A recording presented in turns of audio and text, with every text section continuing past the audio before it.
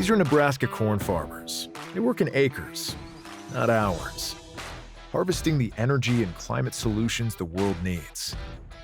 We are proud to stand with you. The success of tomorrow's soy industry depends on the actions we take today. The future is here, and the time to move is now. Market Journal, Television for Agricultural Business Decisions, is a presentation of the University of Nebraska-Lincoln's Institute of Agriculture and Natural Resources in partnership with the Nebraska Rural Radio Association. Promotional support provided by the Nebraska Farmer Magazine, and partial funding provided by the Nebraska Soybean Board and the Nebraska Corn Board.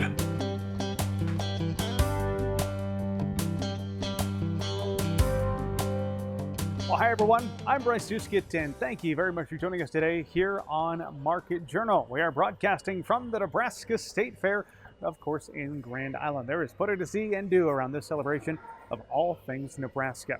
Let's begin with a State Fair trivia question. We'll reveal the answer to this question a bit later in the show. So here it is. The Nebraska State Fair has been held in 5 different locations. 2 of them, of course, easy to remember, right here in Grand Island and previously in Lincoln. But do you know the other 3? Stay tuned and I'll reveal the answer. On this week's episode of Market Journal, we'll get the latest when it comes to the markets with our friend Kyle Bumsted and Eric Hunt. He is standing by with the latest developments in the weather forecast. And another big event will take over Grand Island here in the coming weeks. It's Husker Harvest Days right around the corner. We'll get some of the details on what you'll be able to see from the team from Nebraska Extension. We'll get to all that coming up, but we begin by checking in on some of the crops here in the region. Brandon Hunnicutt is a row crop producer near Gilton, Nebraska. We're able to catch up with him out here at the Nebraska State Fair to learn a little bit more about his operation and how those crops are looking. Tell me about the operation back there by Gilton, Brandon. Yeah, so like you said, we're in Gilton, Nebraska, so we're about 20 minutes from the State Fair, which is really nice. And it's my dad, my brother, and I. We raise corn and soybeans. Sometimes we raise some popcorn. Everything's irrigated, and it's been a great year. How are the crops looking as we sit here in August? The crops are actually looking really well this year. Coming into this spring, I will say we were pretty concerned. We were kind of planning for the repeat of 23, and then late April we started getting rain. So everything's looking really, really good right now. We've missed the weather so far in our area. So it's after last year, everything looks good. Pivots still running at this point? It's been one of the fun things is that our pivots, they are running, but right now today they're off because we got a little freak shower the other night. We've only been running the pivots a handful of times versus last year, which was, I think, felt like 27 straight months of running pivots, and so this year we're way down. We're probably more of a normal pattern. Yeah. The surprise, I guess, has been the weather has cooperated. How about other challenges you might have encountered during the growing season? Any pests or particular diseases give you some challenges? We've been pretty lucky from the pests and the diseases challenges up to this point. We treated all our corn with fungicide. There was some disease coming in, but we've started to notice late that there's probably the fungicide's running its course, so now we're getting some lake pressure coming in, and I don't think it'll be a problem, but you always get that, oh no, what's happening, but we learn to manage through it. Yep. Well, kind of on that note, there's always new technology on display at things like the State Fair upcoming at Husker Harvest Days. Is there anything in particular that you all have been able to implement on your operation over the past few years that has made a difference for growing crops? I think every year we're always trying something new, something different, whether is there something we can add on to the planter or to the sprayer, to the combine, whatever that might be. How can we implement, we've been trying to figure out how to implement more AI into the process, more of predictive analysis. We're not getting very far with that, but one of the things we did this year was we implemented a couple permanent water sensors in the ground, because we've used water moisture sensors for 17, 18 years, and we keep increasing them. And this year we've got a couple permanent ones in that are giving us a whole lot of better data on what's actually going on, root growth, what's going on through the growing season. And so that's going to be one really interesting to see as we move forward. How important in your mind, based on conversations you're having with various vendors, I'm sure, how important is data to the ag producer today? I think data is highly important. The challenge becomes is how we're going to utilize that data, because we have a lot of it. whether it's from the planter or yield data all the way up to the pivot data. But it becomes vitally important in trying to make that next decision to see what actually worked, what didn't work. Are there some changes we need to make? What are we missing? What are we learning? Especially when I'll use irrigation again, is what is the timing of that irrigation? How does that relate to yield and relate to other stresses that might be out there? We always enjoy those segments as we hear firsthand about crop conditions in the state. Sure appreciate Brandon sitting down with us here at the fair. Up next, earlier this month, the Institute of Agriculture and Natural Resources at the University of Nebraska-Lincoln, they unveiled plans for another expansion at the Eastern Nebraska Research Extension and Education Center near Meade. This announcement comes hot off their heels of the recent opening of the Klosterman Feedlot Innovation Center. Let's learn more about the vision for what will be known as N-Farms. Market Journal's Mike Straub brings us this story. N-Farms will be a test bed for new technologies as well as platforms to help farmers collect data more efficiently. The initiative will also develop innovative decision-making tools producers can use for efficient field management. So N-Farms is the Nebraska Future Ag Research and Management Systems, and high level we're hoping to be, the test bed for new technology and data-driven decisions here at the farm, where researchers, industry partners can interact with our farm and feedlot operations to develop and test new technologies in a real-world system. We, as is our mission here, to support not just research and extension, but teaching. We hope that this can be a location where students can come, work on new technologies, develop new technologies, and evaluate those technologies, whether those are undergraduate students or graduate students that are developing new systems. Having a space for those folks to work is something that we haven't had here before. Having a space for our industry partners to come work, again, at a facility that pretty much mimics production scale systems, not just on the crop and feedstock production side, but also on the animal production side. Well, we're excited. We're hoping that the new facility here, it's about 5,000 to 6,000 square feet of office and lab space. We're hoping that's up and running by the first of the year. So January is our target date. Our long-term vision is this could be more of a campus. Think about it as an innovative ecosystem for those industry partners. They may want space of their own. You think about aspects we don't really touch on today, like grain storage. We do a lot of irrigation, but having site specific for irrigation. So really the long-term vision is to really have almost a campus here where those groups can come and get together and be innovative. The university's precision ag work at the Eastern Nebraska Research, Extension, and Education Center will operate under real-world conditions, on a scale like that of actual working farms. The research involves both irrigated and dryland fields. This is the story, really the stepwise pathway to get to today, where we're really groundbreaking for the building that's hosting the N-Farms initiative. It's the perfect story of how a group of scientists and a group of our faculty and researchers, and also a group of leaders, got together and realized that we need to get a better platform. We need to create a space where we can get together with industry, get together with producers, and really then provide a glue that can connect all these groups together as advances in precision agriculture are just happening faster and faster. So that's really the background and the foundation. So we poured that foundation as an idea. And now today we're groundbreaking for the building that's going to host that platform. And then the future now, as we're moving forward, again, is this opportunity for our industry partners, our producers, and our researchers to get together and really think about what is the future, what is the present, and how are we going to get there?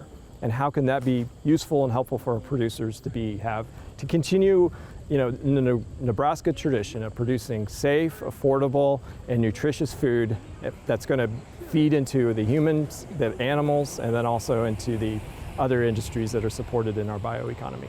So, research and precision technology and the development of technology, that's what's really driving the engine for the Nebraska economy, especially in agriculture. So we need to be in close connection to them. Our industry partners, they hear from their customers. Our Nebraska Extension Network, they hear from the producers. We're here in the middle to be this connector and have that opportunity to say that, we have this idea, can we test it at farm scale? And that's what we provide them, is this low risk opportunity. And then the next year we can connect with one of our producers on our on-farm research network to implement that out and actually in a scaled system where they can check on the profitability and the challenges or potentially the really enhancements that technology can bring. And farms will provide private sector opportunities. As advancements are made, companies and entrepreneurs will be able to use the precision ag resources to test ideas for new methods, products, and services. Reporting for Market Journal, I'm Mike Straub. If you'd like to learn more about N Farms and how this will be helping bolster agriculture innovation and education, we've included an informative link along with this story. You can check that out over online now at the Market Journal homepage. What is officially that portion of the show where we like to turn our attention over to the markets. And this week, we were fortunate enough to be joined in person by our friend Kyle Bumsted. Here's our conversation breaking down the grain and livestock markets from Wednesday morning.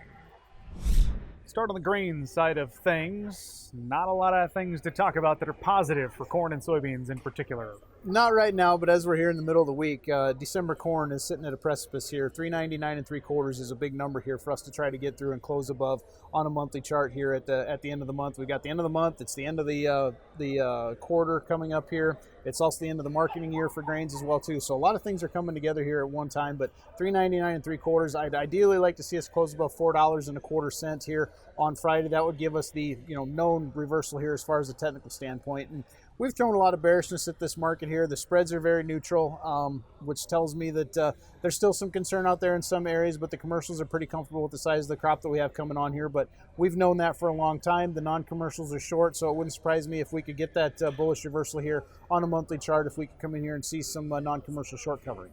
One of our recent conversations took place kind of at the start of the growing season back in May. We're along the banks of the North Loop River, having our conversation as we were broadcasting kind of remote as you and I are now. I was thinking back to that conversation. We're talking about putting a high in the market at the end of May, and perhaps there were people disputing whether that was going to happen. You look at what's happened since then, though.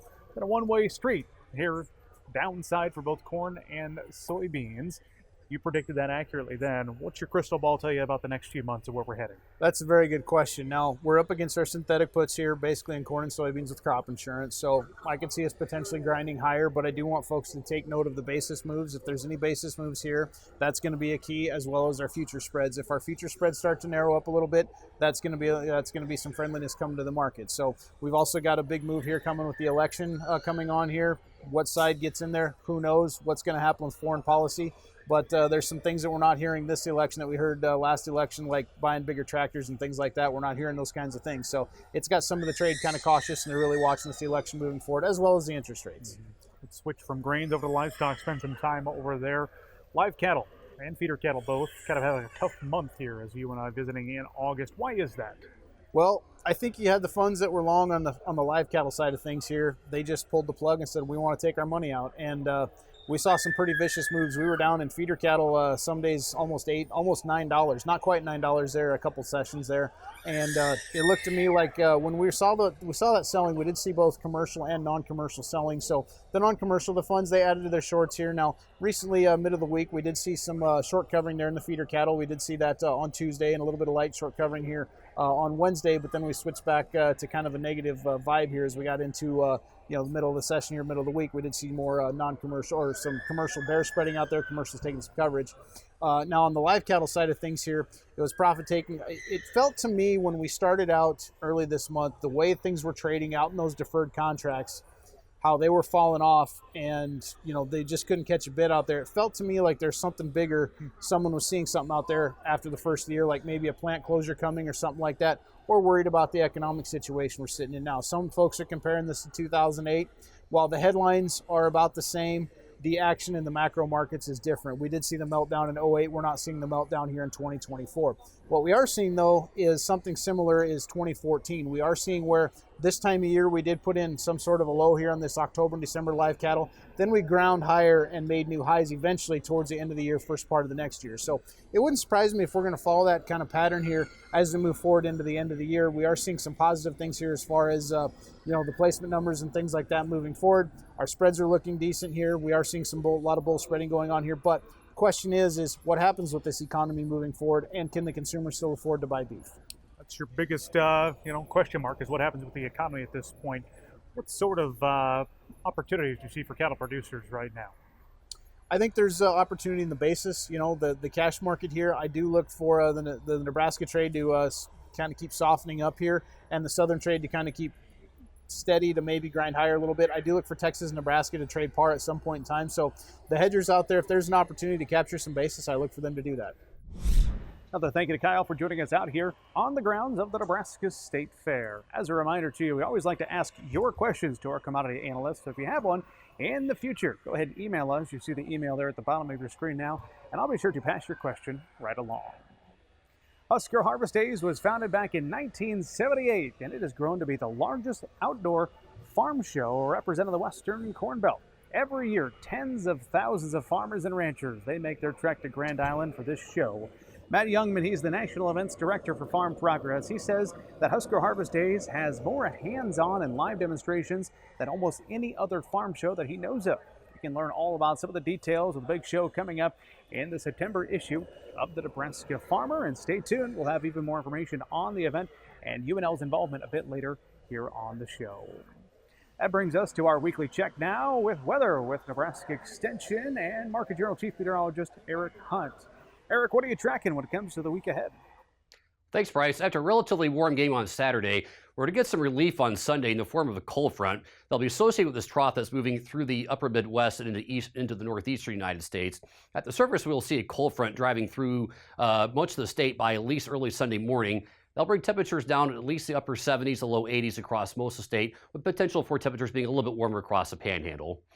This front will be coming through dry, though, so we are looking at basically no chance of precipitation across the state. Matter of fact, most of the northern third of the United States has no real shot at precipitation through the first portion of this next week. As I mentioned, we will likely be cooler than average across the eastern portion of the state early this next week, and there's a chance that southeastern Nebraska will remain on the cooler side for most of this next week. So this will be kind of a welcome relief after the heat we've had most of this week. Western Nebraska, though, temperatures are likely to be above average for the week, and as we head toward the end of this next week, we may be back into the 90s across areas like Scottsbluff and Chadron. There will be a few chances for precipitation, at least in central and eastern Nebraska, later this week. Looking at 500 millibars, we will be seeing a couple of short waves moving into our region from the north and northwest, with this ridge being placed here over the northwestern United States and western Canada. That will bring at least a chance for precipitation across the region. Right now, the WPC is pretty bearish across most of this area for precipitation. But again, I think we'll have to watch out for potential for at least a quarter to maybe half inch of rain across portions of central and eastern Nebraska between Thursday morning and Friday. As we move into the second week of September, that ridge will be moving further toward the east, and we are likely to see temperatures remain relatively warm for most of this region for a while. The CPC also shows a relatively good chance for it to be drier than average through the second week of September.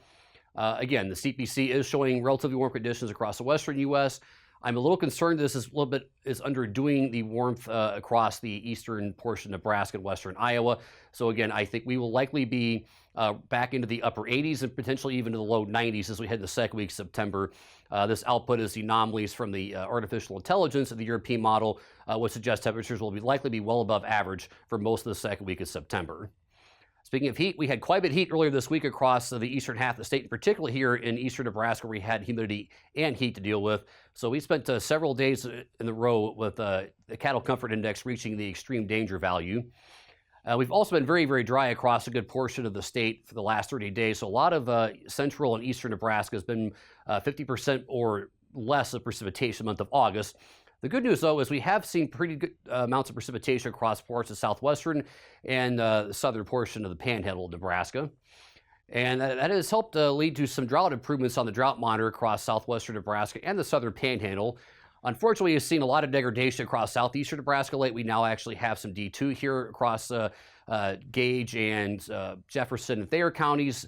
More drought up here across northeastern Nebraska, and we do have drought conditions expanding east into Cherry County. This is being shown up by Quick Dry with pretty dry conditions across southeastern Nebraska. Soil moisture percentile is generally 20th percentile or less across most of the eastern three-quarters of the state. Soil temperatures mostly in the 70s right now. Temperature precipitation roundup, Nebraska 45, UTEP 14. Thanks. Back to you, Bryce. All right, Eric, thank you very much for that update. We sure appreciate it. I mentioned this earlier in the show. Husker Harvest Days is right around the corner. This event allows producers from all across the country to experience the latest in ag technology and learn from industry experts and leaders. Among those experts are the University of Nebraska Extension educators, who recently caught up with one of the Extension organizers who fills us in on what we can expect to see from the Extension team at this year's show. Well, coming up quite quickly is this year's edition of Husker Harvest Days, and joining us from Nebraska Extension to talk all about it is Crystal. Thanks for coming over here to the studio. It's the big red building. People can't miss it when they're walking around Husker Harvest Days, can they? Yep. Thanks for having me on, and we're really looking forward to seeing everyone. It's a great time to just sit and chat, answer a lot of questions, and see what's the latest and greatest out in the show. When it comes to the university's perspective, there are all sorts of experts who will come to be on hand to answer questions. That's a great point of this show, is people can bring their questions, what farmers are seeing in the fields, and bring back perhaps some of their concerns to talk with the experts about exactly what's going on. Yep, so we've got 10 different stations all set up, so pretty much any topic you want to bring. For growers, we've got digital ag and technology folks. We've got our ag economics team, water, plant health, soil health. So just bring your questions on over, and we're looking forward to answering them. Some of the new topics this year, we've got some health and wellness folks there on hand. And as always, we've got landscape. If you got landscape questions as well, so it doesn't have to just be the ag questions. We got all sorts of people on hand to help out. Well, unofficially, Husker Harvest Days is the second largest gathering for the blue and gold jackets. They don't wear up there because it gets a little toasty in those afternoons. But the FFA, they have a big presence at Husker Harvest Days. And as they're running around, a lot of them get pulled in to talk about some of those future decisions about where to go to school. I know the university, that's a key aspect of your booth, isn't it? Yeah, we're super excited to see the students. They've got some of the best questions. But we've got our College of Ag folks on hand for people who might be interested in that. The Nebraska College of Technical Agriculture will have people there as well to find out about programs if you're more interested in going the technical ag route. And then I think the 4-H people will be there too. So if you're still in high school and want to do a few activities at the county or state fair, we'll have people there to help you find out how to get connected. Well, as I said, it does get a little toasty sometimes in the afternoon. Any chance the UNL Dairy Store trailer is going to be making an appearance? Yes, we have them back again this year. We'll have to see if they have some new flavors, but we're always love to have them. They're going to be right across the street from the big red building. And also new this year, set up next to them, we're going to have our quarter scale tractor team, which is college students from our ag engineering department who design and build a tractor for a contest, but they're going to have their contest tractor there, so you can check it out, see, and ask them questions about what they do with that program here at college. Awesome. Great information. Want to encourage people to stop by and make plans to see the big red building at Husker Harvest Days. What else do you want to share with us, Crystal? One other place you can check out is just to the west, down the road. We have our Crop Skills Challenge, which is just a fun way to kind of test out your ag knowledge, set some siphon tubes for those of you who might remember setting siphon tubes back in the day. But just learn a few things about irrigation and ag management in a fun contest. So check them out too. We'll have extension educators running that booth just to the west. For those attending Husker Harvest Days this year, find all the Nebraska Extension outreach efforts. You can do so by checking out the Big Red Shed on the grounds. Back here at the Nebraska State Fair, there is a popular stop among young and older visitors. It's called the Birthing Pavilion, and it is exactly what it sounds like. We stopped by to learn more about this interactive display. We're now in the Birthing Pavilion, and Dr. David Lee, a veterinarian from Central City, is joining us now with a special guest in his hands as you help coordinate a lot of the efforts out here in quite an interactive exhibit. As I mentioned, is the Birthing Pavilion. Tell us what all is happening out here. Well, today we've got a sow that gave birth to 15 little piglets first thing this morning. The Birthing Pavilion is always an exciting venue for the State Fair. Today's classroom day, so we got a lot of students that'll be coming through, get a chance to see the birthing process, hopefully. We've got a couple more sows coming in later this morning, and we got a couple cows over here that we've been patiently waiting on, but you know, as Mother Nature has it, she'll decide when it's time. So that's what I wanted to ask you about. You know, there's kind of an exact science of making all this possible out here, but get everybody synced up within the span of the Nebraska State Fair. Talk about the prep work to get to all the activities as part of this year's this year's State Fair. You bet, you bet. So we've got producers that we work with using synchronization programs. The university brings in our cows, and they have a group of veterinarians as well as cowboys that help get those cows synced up and artificially inseminated for giving birth, hopefully within that week and a half stretch. The sheep, likewise, I work with a producer that's got these sheep here today for us. And it's always interesting with the sheep. Sometimes they hold out throughout the fair, but this year it was right up front, and so we had lots of multiples and babies born within the first couple days.